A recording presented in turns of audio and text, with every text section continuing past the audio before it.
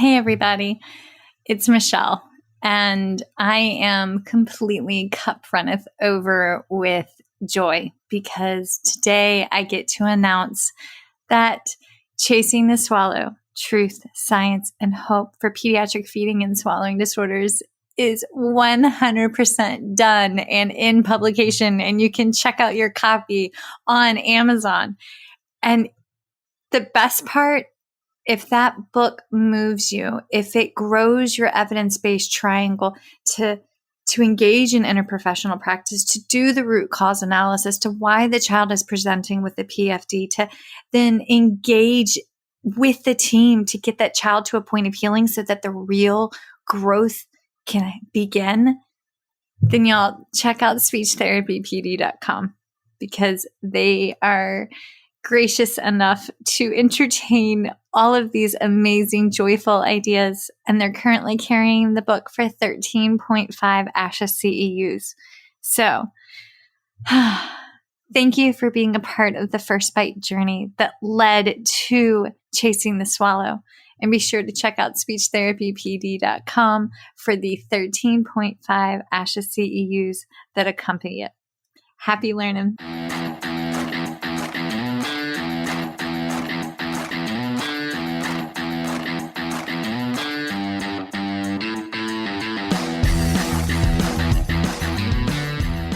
Hi, folks, and welcome to First Bite, Fed, Fun, and Functional, a speech therapy podcast sponsored by speechtherapypd.com.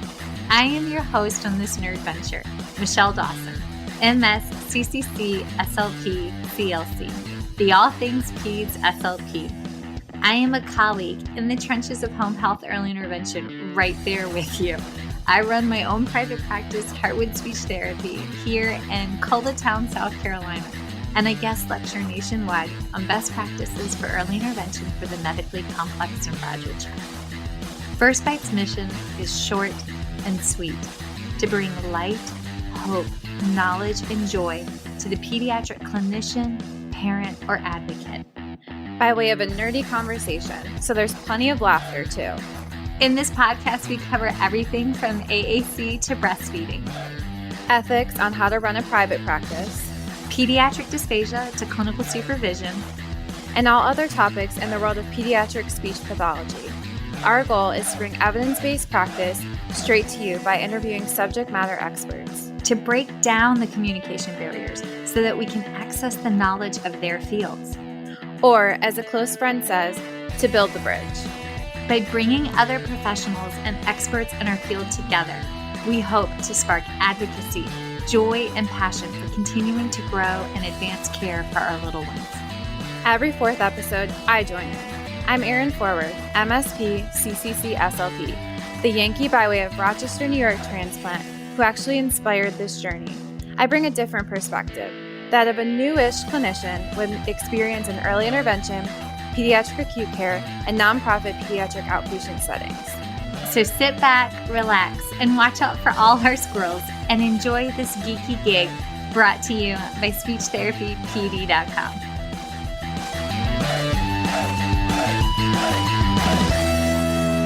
Well, everybody, we are wrapping up summer vacation. So we have a different background. I am currently in Virginia at my parents' with Oh So Fresh pool hair with both tiny humans, multiple dogs and multiple cats. So if there are spontaneous intrusions, remember we are live. So huzzah for summer vacay with the grands in White Oak, Virginia, baby. Erin, they fed the horses today. And I was so proud because Goose even touched them. Well, I mean, he got close, but like he did feed them. And this is awesome. So how's your day going? It's good. My best friend had her baby this week. He is perfection, though, people. He's like a little chunky butterball. He looks like a turkey. Okay, well, now that I'm blushing, go team. I mean, she had the baby. I thought like... She had the baby. We're just not telling everyone the name. Oh. So y'all heard it here, but it will not be advertised. Fair. Okay. So circle of safety.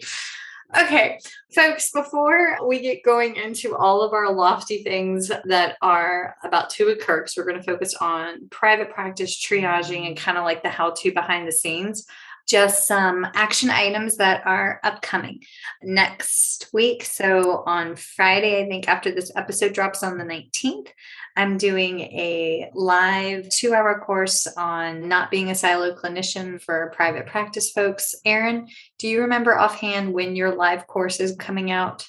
I think it's September 30th. Okay.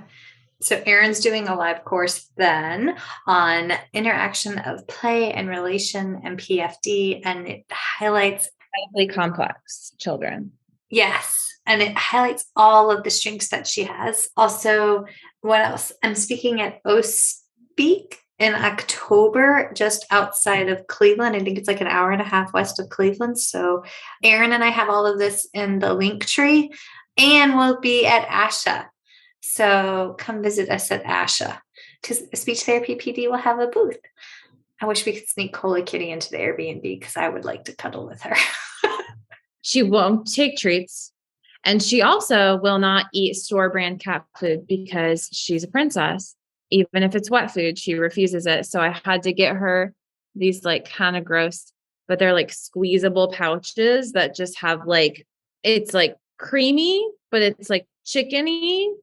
And she really loves it. So I owe it to her because I've left her alone a couple nights. So I got her some treats, but it's her new favorite thing other than cheese and turkey and lettuce.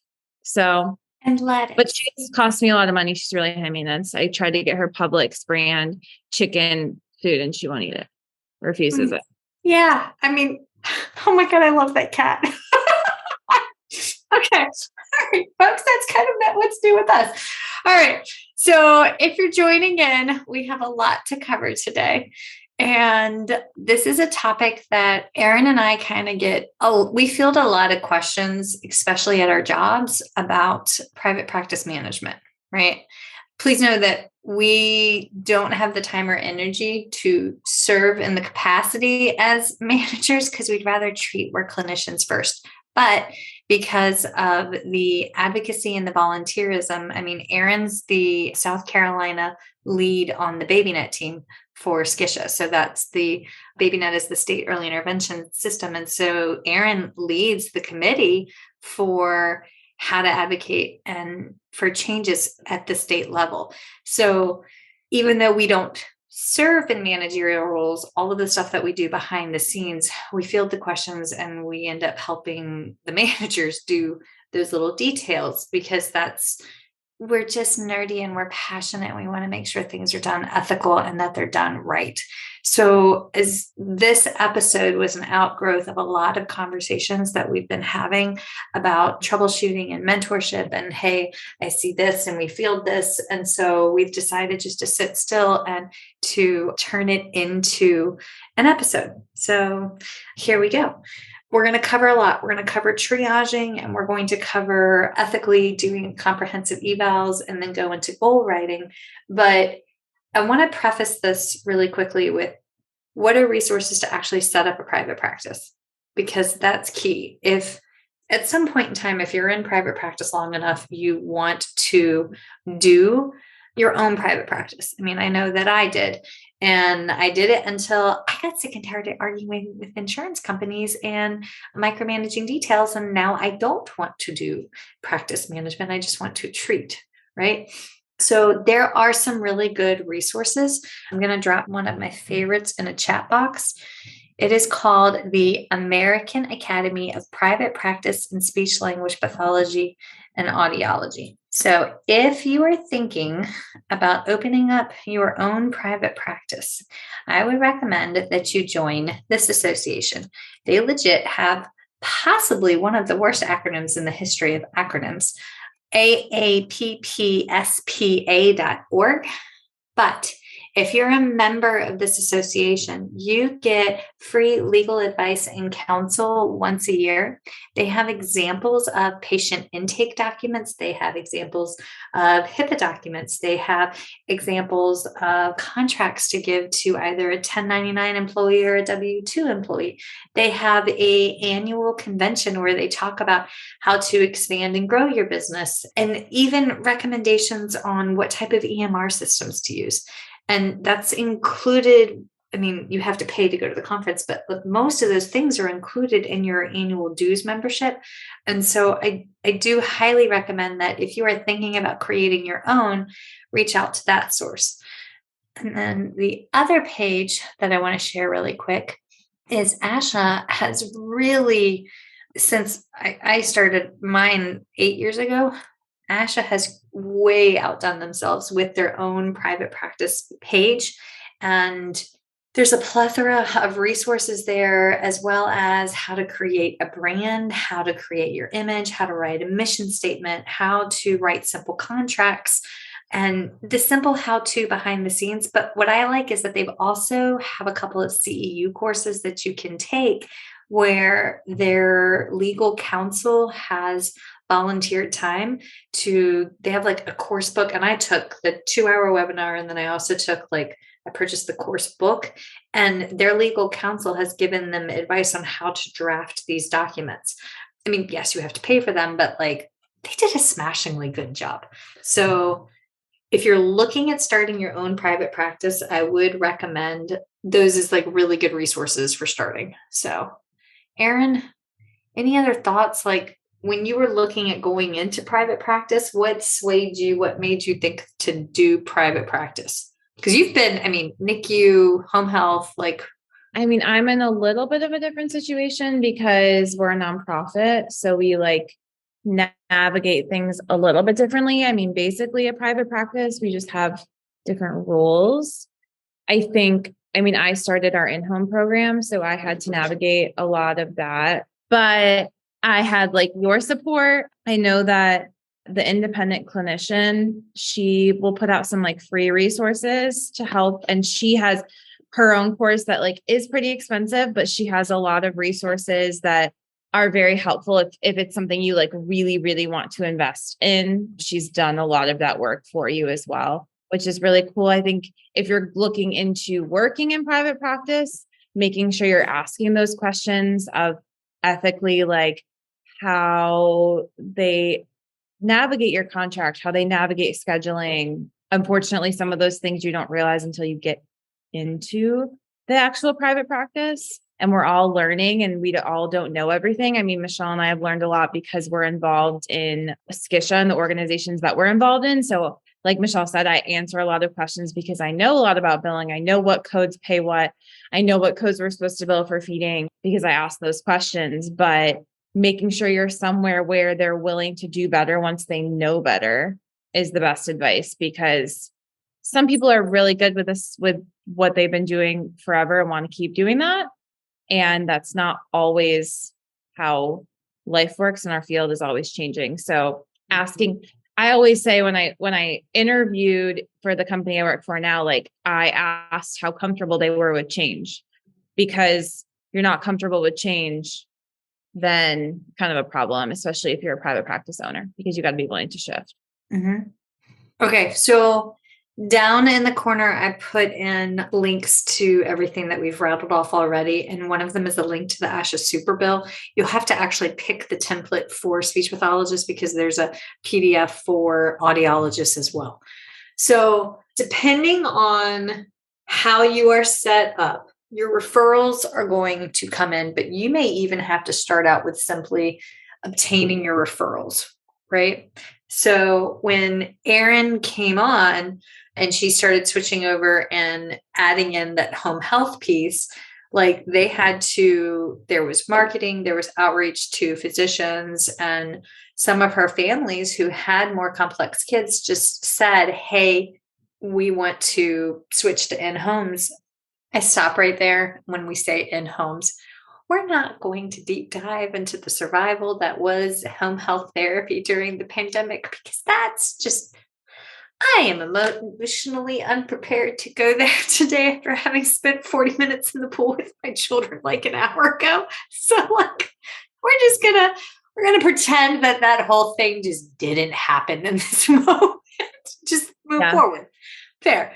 But after you have created your mission statement and you've got your branding and you've got your business cards, and I'd recommend a Facebook page and maybe a small website, and you've updated your LinkedIn account, and I'm rattling these off here so that you're ticking them off on like what I need to do. And you may also want to consider making a LinkedIn page for your company in addition to yourself, another business branding idea. Once you have all of that complete and succinct, it is best that you put a face to your image and actually reach out to the physicians, right? Because of COVID, you may not actually be able to go to the physicians' offices, but you could write up an email introducing yourself and attach your CV and put your image in the email and put your branding, put all your hyperlinks. If you can go to the doctor's office, then go to the doctor's offices. If you are getting in network with your state early intervention system, sometimes that requires additional contracts before you can provide services within your state early intervention system. So reach out to, I know in South Carolina, it's called BabyNet. In Virginia, you have to have contracts with the different entities, like where I provided services before we moved to South Carolina. It was part of the Rural Infant Service Plan. But you need to know that and then reach out to those individuals and be like, hi, this is my strength. These are the populations I want to work with. I am available. And then keep politely reaching out until you've hit max capacity on your wait list. Because normally once you hit max capacity, that beautiful moment in time when you're like, wow, I've got the perfect schedule. Then out of nowhere, the floodgates are going to open and every referral in the sun is going to come through. And inevitably you get hit with, I have all these patients I can't treat. And now I feel like I'm failing because you get that pressure on you that how am I going to help these babies? Erin, take it from there, ma'am. How do you do that? That's a work in progress. I mean, so I started in home, and then the nice thing about being in a private practice is that you can treat the patients that dependent, but you can treat the patients that you feel you can serve the best. And for me, that was the patients that most medically needed it, which is part of the triaging process. So the in-home program that I built was built to serve the patients that couldn't come into the clinic, that were very medically complex, that, not to say this to make it sound anyway, but that the other clinicians at the clinic I worked at didn't feel comfortable treating. And they would say that this isn't anything. This is just, they didn't have the training to treat the kids that were on vents and had feeding tubes and had cleft lip and palate. That was just something that they didn't feel as comfortable with. And so I had to then create a triaging system for our intake coordinator, because I'm well aware that if someone calls me and says, hey, I have this patient, these are their diagnoses, this is why they need help, that child will live in my brain forever rent free, and I will never forget about them until they get off my wait list. Yes. So I knew personally. And then we talk about it every morning on the way to work. Yeah. I knew that I had to give this responsibility to somebody else, but I also knew that that meant that I had to create a system for her to navigate which patients were, I don't like the word priority because every patient should be a priority, but which patients were most medically needed to be seen. And that was kind of where I started from a triaging standpoint of age was always included. If you get an infant, they're going to go higher on the wait list because if they already need services, like they need services now. Because if you can get them early intervention, then the chances that they will need continued therapy lessen because of you intervening right away. Medical stability, is this patient failure to thrive? Is this patient at risk? And I don't like that word either, but are they possibly getting a feeding tube, possibly not getting a feeding tube? Are they waiting on the surgery? There were a lot of medical factors that we looked into from that medical necessity. which I think are important to consider. We also looked at, and this is a part of it. I mean, I have patients that couldn't make it to the clinic for whatever reason that was, and that was going to impact because I could offer in clinic or in home from what services we could provide. And then also looking at, so we looked at age, we looked at diagnoses. For me, because there were less feeding therapists in our area, if the child needed feeding versus needing speech, feeding was going to take priority because other clinicians at my clinic could provide speech. And there were more clinicians elsewhere that could provide speech services. They were going to sit on the wait list longer for feeding. And this is not a perfect science. Go ahead. No, I was going to say, for those of you that are actually live, I'm kind of curious how many of y'all are solo practitioners versus you manage a practice and they have multiple clinicians. Because when Erin was doing this, she is in a practice where there's multiple clinicians, but she's the only one that has the skill set that she's bringing to the table, right? And so when they were triaging the list, they triaged it centered around her advanced skill set in those areas. But if you are looking at a wait list and say you have 3 therapists or you have 15 clinicians on staff, I would poll your clinicians and find out what do they view as their strengths in treatment and where would they like to grow their strengths? Because you may have somebody who really, really likes speech sound disorders, but is interested in dyslexia. But we know, courtesy of all the work being done by like Dr. Kelly Farquharson, always butcher her name, but that there is an intimate relationship between speech sound disorders and dyslexia. Now solo last 4 years, prior to family move, multiple therapists for 18 years. Yes, Colleen, exactly. So what we need to do is find out where those clinicians are on staff and where they want to grow their skill set, and then feed those patients to them to allow them to expand their strengths. Right. And I think there's a balance. And I have this conversation a lot with the clinicians that I work with. And it's a struggle because the amount of children that are sitting on wait lists for speech and feeding services is just going to continue to grow. And it's kind of crazy. And we are never going to be able to grow programs to grow clinicians at the rate that we're getting children and adults that need speech services. Yes. So as a field, we need to start to recognize this and think about our caseload and think about what we're doing and how we're viewing our patients and our services to accommodate this, which involves triaging and it also involves discharging. And you always talk about this episodic care. We don't discharge children. Like I have a lot of therapists I work with who have been seeing kids for years and years and years and years and years. And they're never getting discharged. And first of all, these poor children don't need to be doing speech every week their entire childhood. That is insanity. And also we have to think about it. Okay, if we've reached a plateau, if we've reached a certain point, how many of these kids are on the wait list that desperately also need services? And this child has been receiving services for years and family can carry over what recommendations we've made.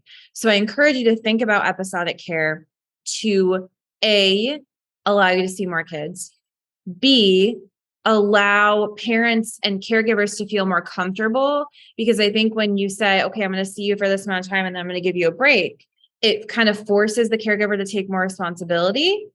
And it also shows them that they can do it because you're not there every week. I think there's like this fear of I've been getting speech for my child for so long, like I don't necessarily know what to do. And I do agree that I work a lot in my clinic about training and in-services and building comfortability. And so what Michelle was talking about and what are clinicians' strengths? Yes, especially with feeding and swallowing. If you don't have training and you don't feel comfortable, like you shouldn't be getting those kids. Michelle and I talk about that. We know this. But if there are a ton of very young early language patients on your caseload or really young autistic kids that are non-speaking and don't have a great alternate means of communication, I think those children we need to work to triage them to the top of the wait list comparative to a child that receives services in school and is working on perfecting specific sounds. Do I think that both children deserve services equally? Yes. Do I think that based on research, we need to make sure we're getting those younger kids who have never received services and have no consistent, reliable means of communication in a little bit sooner? Also, yes. And there's no perfect answer to this, but these are all things to kind of consider. Yes. Yes. Okay. So Colleen brought up a point. Certified like very few therapists in your area, very difficult area to triage. Yeah. Also, then you definitely need to meet our sweet friend Brooke Beelman, who is like this phenomenal HNC clinician and loves lymphedema treatment. So yes. Yeah. But I also like you think about it, and Michelle and I relate to this because every kid on my wait list right now is either an infant, failure to thrive, feeding tube, trach and vent. Every child needs care so badly. And so I see where you're coming from of like, okay, how do I triage it when like I feel like every person on my wait list is like necessity, top priority. And that's really hard. And then you're like, okay, well, how do I also help mentor and train other clinicians in my area when I could fill 3 caseloads with my wait list, which I don't have an answer to, but I feel like Michelle could add more questions. I'm sitting here at a very interesting season in my life, and to be like super raw for a moment. My husband has had a job change in his job, right? So he started traveling, and I left the university back in December so that I could focus more on our family and some professional goals that I've been working on with Erin. And I also wanted to be mentored. And sometimes when you're the person who always takes the reins and always does the mentorship, you pour from an empty cup. So there's a new song out, Fill My Cup, Run It Over. And I love the song. I listen to it on repeat. Yay, K-Love. But so I went to work with Irene Ingram, who's this phenomenal occupational therapist. She's like world renowned for like what it is that she does. And I have had her fill my cup since January.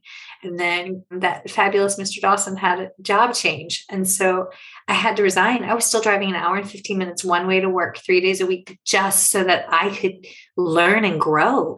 And within a matter of like 3 weeks, I'm walking away. So like Tuesday's my last day with this company, and I love them, but the good Lord says, be here now. So now I'm back in Midlands with Midlands Therapy, and they're phenomenal and it's wonderful. And I have this huge sense of peace. But at the same time, one of my younger coworkers who had never worked with AAC prior to me being there, and we have 30 some trials running on various touch chat. We go heavily with Talk to Me technology. So we got touch chat, we got LAMP. There's a couple Prolo Q to go trials. I mean, the ones that we haven't concluded by Tuesday, she will have to take over. But I had to start telling my patients, I have had family members, caregivers break down that I am leaving because I was their lifeline. I was the person that introduced the first foods and brought in those new words and access methodologies. And now there's a wait list that was unanticipated. It's a triage list that was unanticipated because of my absence. I knew the absence was coming, but the caregivers did not, and offices having to shuffle. So it becomes, who do we need? So to piggyback on Erin, when situations like that change with staffing, it was, how can we reach out after consent has been given to the schools to empower the school-based clinicians? And that's what we've done. I have done more phone calls with school-based clinicians to ensure that those individuals are empowered to continue working with new devices that have just been recently improved within the last couple of weeks. And we've been discharging the students as they've been transferring over.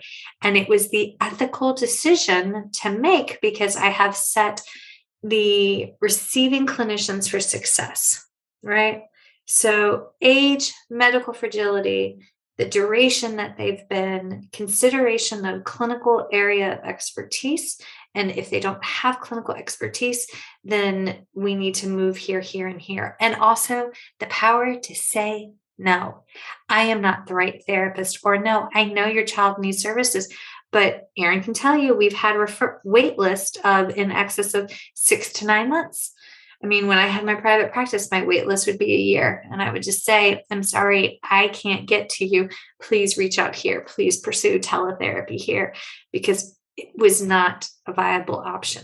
And when you're triaging your wait list, it's okay to say no and then follow it with, but have you reached out here?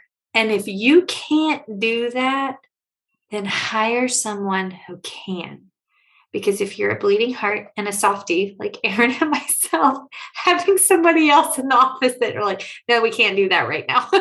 Well, Michelle, what you did a really good job of is knowing what your strengths are. And then when a child got to a certain point and still needed therapy, but they were at a point where they were more medically stable, they had a safe diet, and or they were utilizing an AAC device, but still had a lot more language to grow and needed a lot more support, you said, okay, this is where you can go now. And it's not saying that you're better or whatever than the other therapist. It's just saying that your skill set was this specific point in time to get them to a point of healing. And now I know that you still need support, but here is someone and here is a practice that could maybe provide that for you, so that then you could pick someone else up from the wait list who desperately needed referrals and coordination of care and strategies to help them introduce PO that maybe another therapist wasn't comfortable with because of their medical complexities or whatever it is.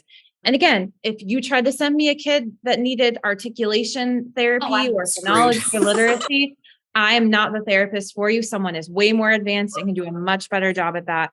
I would send them somewhere else. But again, we're just like, I think it's important. Yes, we are acknowledging. Yeah, go ahead. No, we do this on our eval day. Y'all, when it's our eval day, I am laying my exit strategy during my eval. And I tell them, I am only here to empower you to do what needs to be done to get your child to whatever set point of healing that they have spoken into the universe. It's my job to empower them to find their muchness. And that's normally how I phrase it. And when that moment has come, then I am no longer the therapist that your child needs. And when you phrase it like that and just kind of remind them along the way, it makes it easier for you to relay that over. Okay, we spent 30 minutes talking about triage. I was going to say, well, we went there, let's talking about, okay, so we've triaged a patient. Now they're on your caseload. Now they're on your caseload. Okay, so if this is an early intervention. You just stretched for this? Yeah, I had to stretch because my stress level went up. You're just getting ready. This is got it. I'm getting excited. Oh my God. Yeah, that's how passionate. I was getting ready for a soapbox. Yeah. Okay. So if they're in early intervention, I love it that you called me on that. Everybody home is like, what is she stretching for? It's a soapbox moment. Okay. So if you're in the world of early intervention, we should be doing caregiver coaching. This is not direct service delivery. This is not you're going to pull out a toy and you're going to make the kid start talking because you've got the cool toy and they're going to do what you want them to do. And it's your way or the highway and you kick the parent to the curb. If you're in private practice and the parent is dropping the child at your door and then coming back 30 minutes or an hour later, honey, I love you, but you're not going to be able to empower that caregiver in the 0.2 second drop off at the car, right?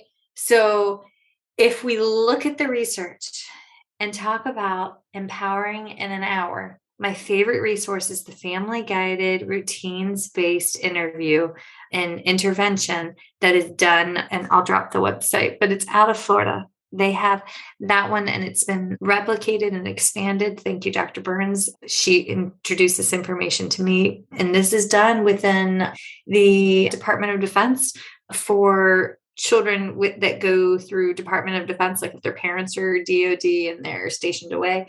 DOD actually has a killer early intervention program. So when a child comes in the door to early intervention for birth to 3, you get a dynamic assessment. And when I mean dynamic, they do start out with a 5-domain test. All right. And we're looking at gross motor, fine motor, cognitive, social skills, and self-help skills. Okay. Language and self-help skills. All right. And there are different tests. You've got LAP, you got DIAL, you got the BDI. The BDI is a bear to give. I almost said something different. It's not a fun test to administer.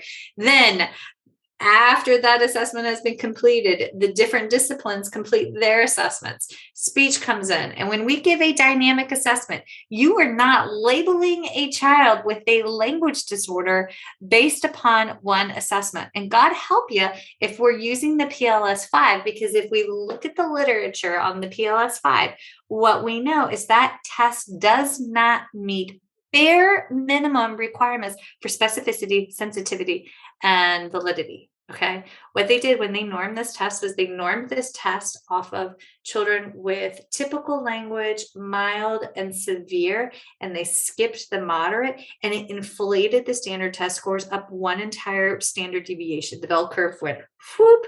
And guess what? I have seen some school districts love administering the PLS-5 and saying the child does not qualify, but then you turn around and give the child the self, which has excellent validity, specificity, sensitivity, and the kid's got like this moderate, pronounced language deficit, right? So when we go in, we're not just doing one standardized assessment. You're doing an assessment, you're doing observations, and you're doing caregiver report, okay?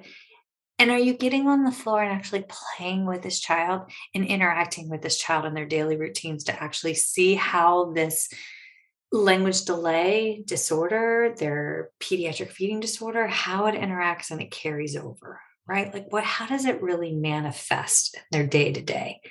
And you know what? Yes, I hear the person in the room saying, health insurance requires that I do one assessment in a day. Well, guess what? You can do an assessment and then follow back around with your next therapy session and have a therapeutic session. I can't remember the word for it. Dynamic assessment. Is that the word? Dynamic assessment, therapeutic. Diagnostic intervention session. That's the term. I knew I was going to get there. And you can have a diagnostic intervention session where you're doing that additional odds so that you can tweak your goals. The catch is once your goals are written, love, you can go back and change them, because what if you did your eval and the kid was having a bugger of a day? Or what if you did your eval and it was like all of the lights were going that one day, and then God forbid they had a seizure, and then you go back the week following and everything's changed, because that can happen. Well, and just write that in your eval. I write that in my eval, Yes. and all of my evals. Yes. Therapist will continue with diagnostic therapy to continue to inform goals based on need for continued observation for an appropriate and functional plan of care, however you want to phrase it. But I also think a really, really important part of your eval, which I don't know if, and I've been thinking about this, and there's no formal way to do it. I do it informally. But if our goal is going to be for discharge, and if our goal is for caregiver, especially with feeding, to feel comfortable with our plan, we also need to be assessing the caregiver and write goals for that style and how they respond to you. And you need to start from day one of trying to build a relationship with that caregiver as well, because you're not going to influence them if you don't have a relationship with them. Michelle and I talk about, I'm very passionate about relationship-based therapy, play-based therapy. If you don't have a relationship with the caregiver, then they're not going to trust your recommendations. They're not going to follow your recommendations. They're not going to buy into what you're doing. And they're not going to feel connected to the therapy that you're doing either. That's how we get stuck in the, oh, well, they'll eat for you, or they'll talk for you, or they'll do this. And I've been having a lot of conversations with clinicians where I work about difficult conversations. How do I have this difficult conversation? How do I bring up this referral?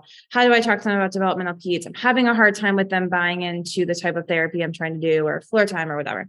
What that tells me is you haven't built a relationship with them yet, because the conversations become less difficult the stronger relationship you have with the caregiver, because I can't give you a guidebook on how to talk to a caregiver about developmental peds, or I can't give you a guidebook on how to bring up a referral or talk to them about neurodiversity affirming care.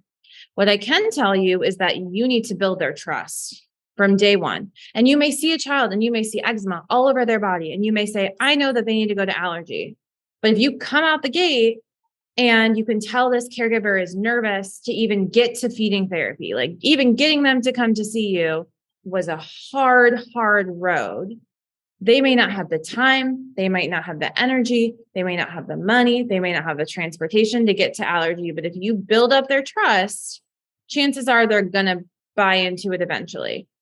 But that's also really, really important. Like I spend so much of my time connecting with kids, but like I spend probably equal amount of time connecting with caregivers because we're coaching them, but also like they need to trust us just as much as the kid needs to trust us. And you can build trust with a caregiver through building trust with their kid as well. Like that's really valuable. If they see you connect with their kid, that's going to have more buy-in. But I think we feel like we can't be as honest with caregivers. If we can't say, I don't know. I think caregivers buy in more to me when they ask me a question. I say, I don't know the answer to that, but I'm going to figure it out and we're going to work together. And we're a part of a team. But like from day one, this should be, how do I help us become a team? And you as a therapist have to evaluate the child and also evaluate the parent or the caregiver, aunt, uncle, sibling, whoever. I bring siblings into my session. I will like coach a sibling how to like help their sibling with their AAC device, and I will navigate an interaction to help them. And in some families, they would think it's overstepping, but I know which families are going to let me do that and which families aren't because I know the parent or the caregiver, aunt, uncle, all of that. Yes. Okay. So embedded in the chat box, y'all, I put in the caregiver coaching resources that are available on the FGRBI. And there's like a boatload on there. So I would recommend, and they're free, folks. These are free resources. I would recommend that you get on there and check those out. So when we go in South Carolina, the way it currently is written, the early interventionist or the service coordinator does the 5-domain test for EI. And then the SLP goes in, or the PT, the OT, and we go in and do our initial eval. During that day, when I'm laying my exit strategy while I'm doing my eval, I explain, today we're just going to do the assessment. And the assessment could be a clinical swallow eval. It could be a chart review on the documentation for the most recent instrumental swallow eval. It could be me doing the Rossetti because I prefer a criterion reference test as opposed to a standardized test because I want standardized tests test that child against other children. But there is so much implicit bias in these standardized assessments because they're typically normed off of upper middle class Northeast white males. And America does not look like upper middle class Northeast white males, right? So I like to use the criterion reference test Rossetti because it has built more along the stages of Piaget's developmental models and Brown's stages of language development, if I'm looking at like language skills, because it allows me, plus because it's criterion reference, like I have a 5-year-old who has severe and complex needs. I know he's going to bomb out if I give him a standardized assessment. But if I give him the Rossetti and I'm like, look, but what we can do, when we first gave the Rossetti, I mean, his expressive language skills were commensurate and mastery levels of like 12 to 15-month-old, but look how much progress we've made. And now we're functioning up here at a 21 to 24-month-old skill set. And so that's just me. I like to focus on what we can do. And that still gives me the data that I need to write for the insurance to approve, right? But when I go back on that second therapy session, that diagnostic intervention, I'm going to finish up whatever's left over from the first one that I didn't get to. But I'm also going to do the RBI interview. When you look at the RBI interview, it prompts you to ask open-ended questions about how that child functions from the moment their eyes open until the moment that parent closes their eyes when they go to bed. And it's how is that child's language or feeding disorder impacting every aspect of the family and the child's day. And That's how you establish the trust that Erin talks about. That's how you build those healthy relationships. Is when you fully understand what's going on in this family's life as a unit. And this can be wicked scary when you first start out. If you were never taught on how to engage with the caregiver, if you were only taught direct service delivery, making the leap from direct service delivery to caregiver, it's scary, right? I mean, that's fair to say, but this is how we build those relationships. This weekend we got together and it was like a tease because like we got to hang out for like 24 hours with Erin and the boys were like, missed her. So, okay, go woman, go. No, I agree. I think that I teach my students, I will tell them evals for the children that I see are some of the more difficult. And it took me a while. I remember being a CF and feeling not confident because you have to use your clinical judgment to justify services. And it can be hard because you're like, I don't have the standardized test. I can't just say they scored this, they need services. I have to observe. I have to assess their play. I have to assess their language informally. And then I have to wrap it up in this pretty bow of justifying why they need to be seen and what type of therapy I'm going to be doing. And that's more difficult. And it just gets easier the more kids that you see and the more comfortable you are. And I don't love I like the saying, fake it till you make it, as long as it's ethical and safe. Like knowing Yes. it's going to get, knowing you're doing the best you can in the safest, most ethical way you're at getting support. But like the therapist I am right now, I think about kids I saw 2 years ago and I'm like, ooh, I could have done a better job. And that's fine. That's totally fine. But That's me. I think that leads into, and very similarly, I've also had this conversation about rating goals, which we wanted to talk about because I remember starting out and goal banks are great. Like it's great to have goals to look at, to pull from. But if you want my honest opinion, I feel like most of our goals shouldn't be pulled from a goal bank. And I feel like you should be able to write a goal freehand. Like you should, if you're going to be treating kids, you should be able to write a goal for them freehand. Also, how old is the goal bank? Right. Who wrote the goal bank? I write goals. I write goals based on my skill set, my training, and my patient. Yes. And so you have to be careful about that as well, because you may look at a goal someone else wrote that's we're using a type of therapy that they're trained in that maybe you're not, or that's based on their framework or how they're looking at the child, which is maybe not how you're looking. Yes. Wait, your sensory goals. I cannot write a sensory goal. That is not in my scope of practice.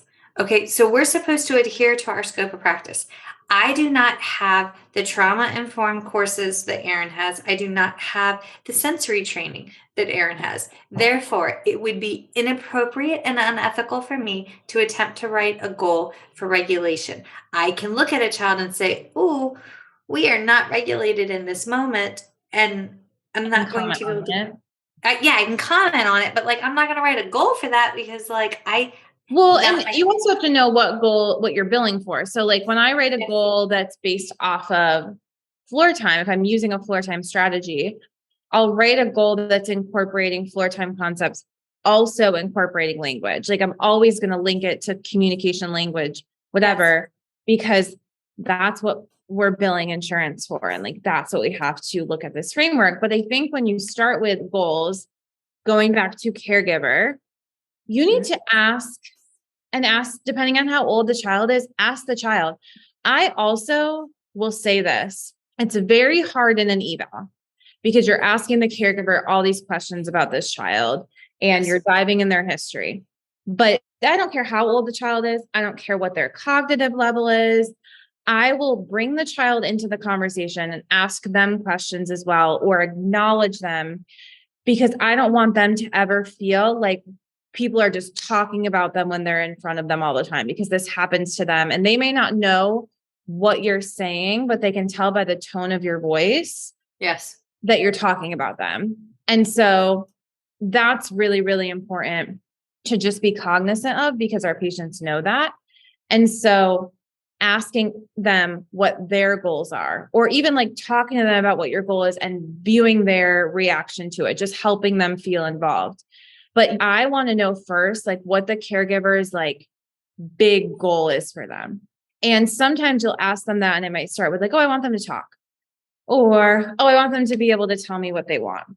But then sometimes it is like, I want them to be happy, or I want them to find something that they love to do and like be able to pursue that. And so if you can really dive deep into what the caregiver's like really true goals are for them, that can help you justify a lot of the things that you're doing, especially with the push for like neurodiversity affirming care and like thinking through quality of life, function, authenticity, and self-advocacy, like those types of goals. If you really get down to like what the caregiver really wants, I always circle back to that. Like, okay, this is why I'm doing what I'm doing. I hear that you said this is what your goal is. This is how these steps get you there. One thing Michelle didn't mention really quick, and we'll talk more about goals I really, really like, is the communication matrix. You can go online and there's like some free, you can fill it out on the computer, you can fill it out on paper. But if you go online, you can get like 5 free tests, or your clinic can buy like a bunch of them. And I really, really love it because it breaks down communication into all these like pre-linguistic skills, all these social skills.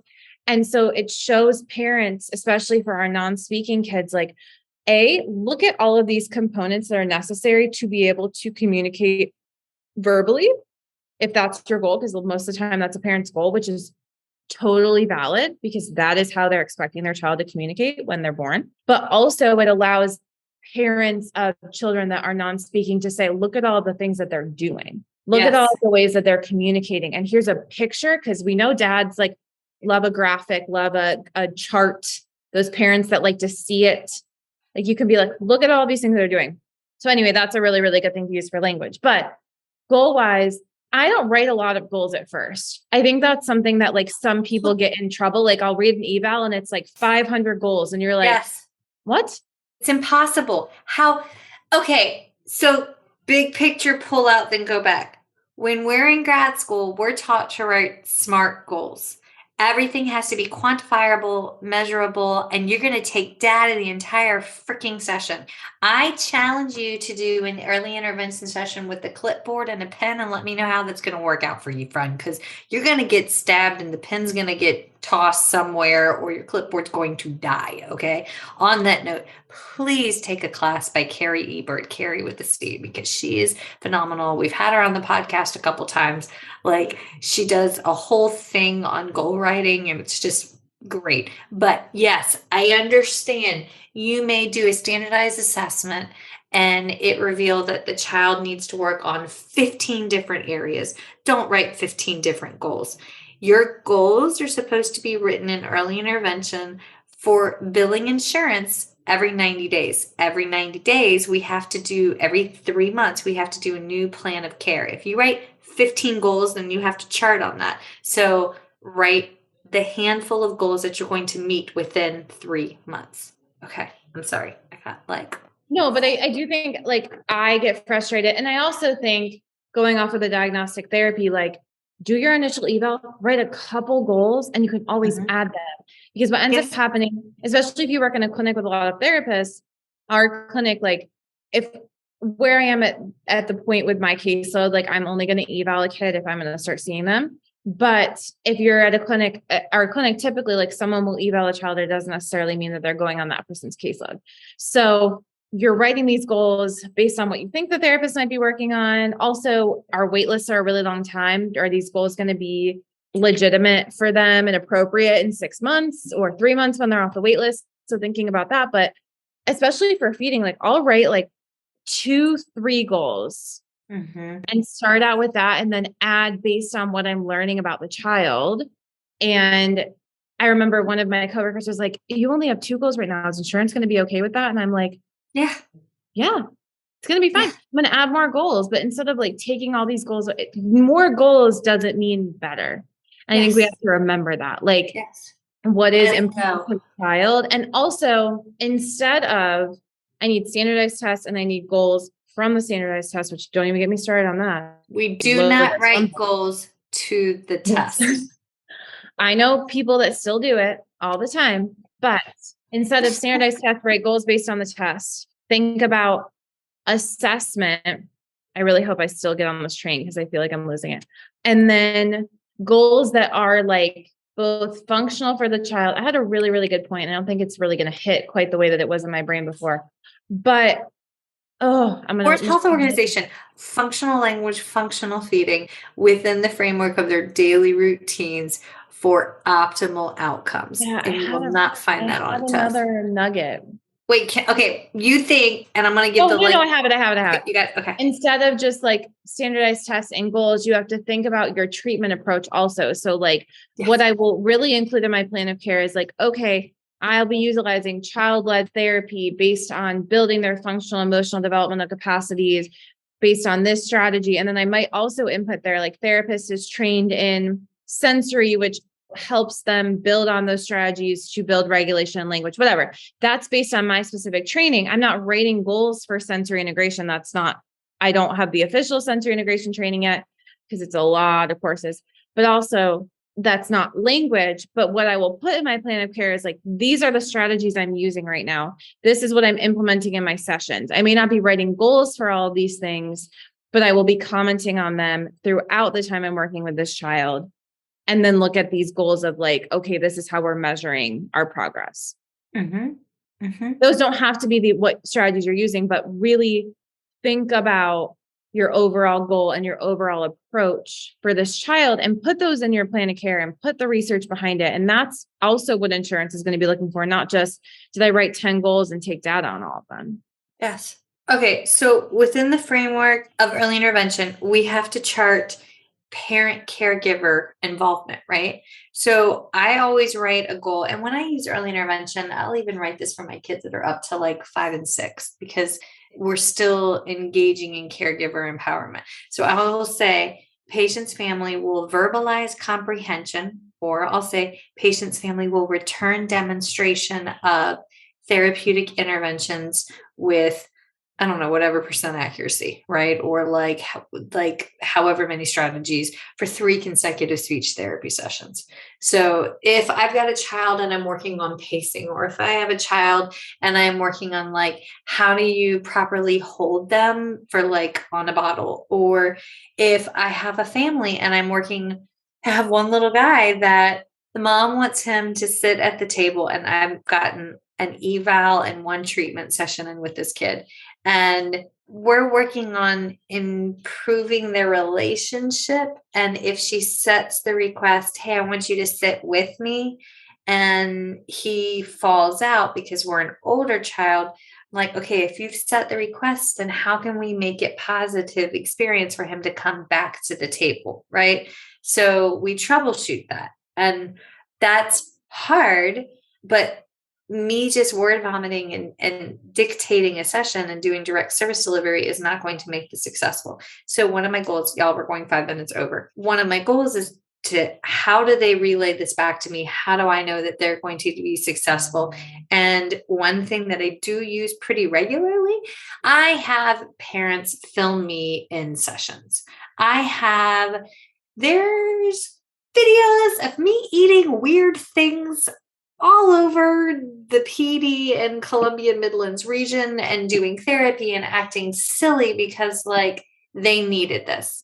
They needed to see this. And that's a great strategy. Okay. So one of my feeding goals, if I'm writing a goal for an IFSP, it has to be family safe, family friendly. So I may say, Billy Bob, and I don't have a patient named Billy Bob, that's just my go-to. Billy Bob will learn to drink from a bottle, or Billy Bob will learn to eat purees without choking. Now, is that appropriate for insurance? Maybe, if the insurance is the state early intervention system that's getting billed and it's a family friendly one. But if I have Blue Cross Blue Shield paying, they may politely decline that goal. So if I write patient will tolerate safest least restrictive PO diet of IDSI level 0 with a slow flow nipple for adequate hydration nourishment, without overt signs symptoms of aspiration, right? Like ITSE level 0 is thin liquids. I've indicated which flow nipple we are like, and I've gotten super, super specific on my goal, but I can have that in my plan of care, but on the IFSP, it may just simply be patient will, or Billy Bob will drink from a bottle without choking. That's a great goal because the family can understand that. So you have to know, who are you writing your goals for when you go to write the goals? And that ties back to who is the payer source, which ties back to which CPT code are you billing. And our approved CPT codes are on the ASHA Super Bill that I dropped here, which does tie back to one other piece. Not all states have all CPT codes in their approved CMS manual. So before you start billing within your private practice or your nonprofit, you need to make sure that you are aware of what CPT codes you even have access to, because you may have to advocate for them. Like I had to advocate for accessing like the dysphagia goals and the AAC goals. And now I can bill for the 2 hours it takes me to program a patient's new device, even if the patient's not there, because that's a billable code. It's on the ASHA manual, and we fought and got it added to the CMS manual. So I am getting compensated appropriately. Appropriate, that's debatable, but I'm getting compensated for the time that it takes to program that. Also, it really did give me a crick in my neck, but you know what? I programmed like 6 devices in the last 2 weeks. So good team. What other goals? We're over. Folks, does anybody have a specific question on a goal? Or anything we talked about? Yes. We should have done this as 3 different episodes, like one-on-one. Why do we always think we can do this in one episode? I don't know. You told me we were just doing triaging, and then I saw the 2 other things. I was like, oh. Yeah, I know. I like how we're whispering as if we just think that we're being recorded. Okay. Any other questions? Okay. Erin, can you give me one of your favorite goals before we roll? Also, in the background, I can hear my mom asking Bear, "You're fine. You didn't break the skin." So I'm going to have to go take a peek and see what's happening in the living room. Do you have a favorite goal to share, hon? I mean, I write goals for like patient will engage and share joy with SLP for the purpose of like building two-way communication, because I mean, but again, that's based on like a communication floor time goal, but that's my favorite. That's a beautiful goal. Okay. So folks, there it is. That's what we've got. That was a lot of ground to cover. Here's the deal. In all things, we do no harm. And you must practice within not just your comfort zone, but within the skill set that you have acquired. And something beautiful happens. You graduate and you know a little bit about a lot. And then you get to spend the rest of your career. And hell, you can wake up one morning and decide, I don't want to do early intervention anymore. I want to work towards being an adult therapist, or I want to be coming from adults to go to kids. And then you can take the courses and expand that skill set. Those patients may be challenging at first. It could be challenging to do the triaging. It could be challenging to do those initial assessments. But again, we don't like fake it till we make it, but practicing and working through it and standing on the council of elders and seeking guidance and being able to say, I don't know, help me learn. What resources? Erin and I are here. Hit us up on the Instagram page, First Bite Podcast, because we field questions there. I know Speech Therapy PD is rolling out a brand new mentorship program within their professional membership so that we can offer like additional mentorship and like one-to-one in small groups. But like I have reached out to professors and I've reached out to mentors in the field to say, please just mentor me and help me grow so that I can be successful here. And I got to say on this side, that's a joyful thing to be able to do. So if you don't feel like you're absolutely crushing it in these 3 areas that we talked about today, there is hope, and it cannot be as bad as the goals I wrote once upon a time when I was vibrating and waking patients' up, because now I know we do not need to do those things. But Michelle Dawson from 15 years ago. So on that note, go team. Thank you for joining us. Please be sure to check us out on our upcoming live courses. They are linked on the Linktree account and on the First Bite podcast. And as always, we love it when you hit us up with your kind words on the Apple podcast. And thank y'all for joining us. Colleen, thank you. Thank you for participating. Thank you. Bye, hug. Feeding Matters guides system-wide changes by uniting caregivers, professionals, and community partners under the Pediatric Feeding Disorder Alliance. So what is this alliance? The Alliance is an open access collaborative community focused on achieving strategic goals within 3 focus areas: education, advocacy, and research. So who is the Alliance? It's you. The Alliance is open to any person passionate about improving care for children with a pediatric feeding disorder. To date, 187 professionals, caregivers, and partners have joined the Alliance. You can join today by visiting the Feeding Matters website at www.feedingmatters.org. Click on PFD Alliance tab and sign up today. Change is possible when we work together. That's a wrap, folks. Once again, thank you for listening to First Bite, fed, fun, and functional. I'm your humble but yet sassy host, Michelle Dawson, the All Things Peds SLP. This podcast is part of a course offered for continuing education through speechtherapypd.com. Please check out the website if you'd like to learn more about CEU opportunities for this episode, as well as the ones that are archived. And as always, remember, feed your mind, feed your soul, be kind, and feed those babies.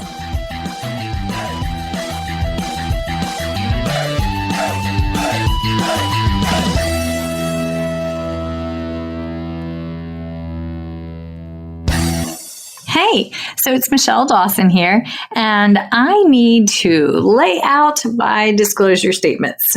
So if you ever wondered how bad my ADD, ADHD, and lack of sleep Monday through Monday actually is, well, here you go. These are my non-financial disclosure statements. I volunteer with Feeding Matters. I'm a former treasurer with the Council of State Association Presidents. I'm a past president with the South Carolina Speech Language Hearing Association. I am a current member of both ASHA and SCISHA. And for this year, for 2021, I volunteered for the Pediatric Feeding Disorder Planning Committee for the ASHA 2021 convention. My financial disclosures. All right, so I receive compensation for First Bite presentations as well as talking teletherapy and understanding dysphagia from speechtherapypd.com. I also receive royalties from speechtherapypd.com for ongoing webinars that I have on their website, as well as compensation from PESI Incorporate for a lecture course webinar that I have on their website as well. I am coordinator for clinical education and clinical assistant professor for the Masters of Speech Language Pathology program at Francis Marion University in Florence, South Carolina, for which I receive an annual salary. I also receive royalties from the sale of my book, Chasing the Swallow, Truth, Science, and Hope for Pediatric Feeding and Swallowing Disorders, that I self-published and is available on Amazon. And I do receive royalties from the accompanying 13.5-hour CEU for the book from speechtherapypd.com. So yeah, I stay pretty busy, but those are my financial and non-financial disclosures. If you ever have any questions, please feel free to reach out. All right. Thanks, y'all. Bye.